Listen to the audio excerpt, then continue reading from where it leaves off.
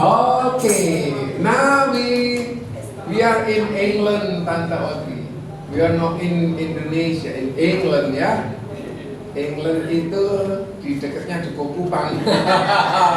Oke, shalom anak-anak, apa kabar? Oke, anak-anak boleh jabatan tangan satu dengan yang lain minimal pada semua orang yang hadir ya. Minimal sama semua orang yang hadir. Kita nyanyi kuat-kuat yang terkuat. Katakan kuat ya, gitu ya. Katakan kuat. Puji Tuhan, puji Tuhan, puji Tuhan, puji Tuhan. Kita katakan kuat, kuat. Kita katakan kuat. Oke, kuat. Share kuat ya. Berkati. Oke.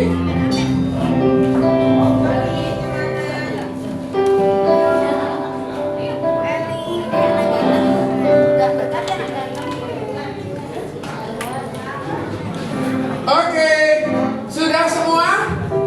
Oke, thank you. Kita nyanyi kuat-kuat yang terkuat. Nanti ada persembahan lagu dari guru kelas Warto, kemudian ada kesaksian-kesaksian ya.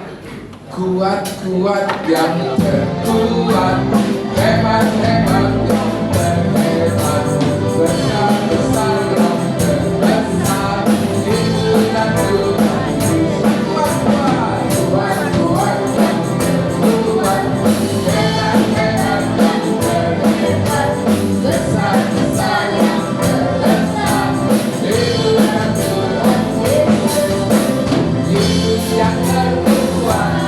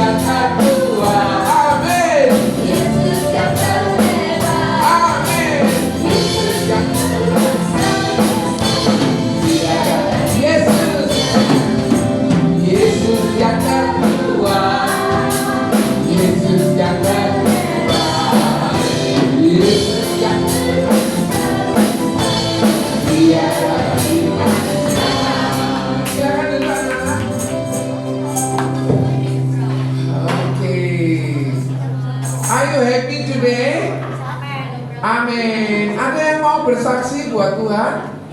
Oke, silakan. Ya, saya mau menyaksikan cinta kasih Tuhan ya. Ini bagaimana Tuhan itu mencelingkan hati saya gitu ya. Mungkin 2 minggu lalu ya, 2 minggu apa minggu lalu saya lupa. Waktu itu kita doa gitu ya. Waktu doa itu di tempat saya, persekutuan saya itu kita ada doa gitu ya untuk yang tim intinya gitu ya. Tapi waktu itu hari itu saya nggak bisa doa. Untuk saya ini mikir terus karena dari pagi itu sudah banyak runtutan hal-hal masalah gitu ya. Jadi untuk saya ini mikir, Tuhan, ya apa caranya aku dipimpin roh gitu ya. Kok kayaknya aku ini banyak kali nggak dipimpin roh gitu ya. Terus saya itu mikir yang lain doa itu, tapi untuk saya itu ya sama doa sambil muter gitu. Tetapi pada waktu itu Tuhan itu bicara lewat satu orang setelah kita selesai doa gitu ya. waktu itu kan saya didoakan juga sama mereka, terus dia tuh cerita gini, aku ini diberkati.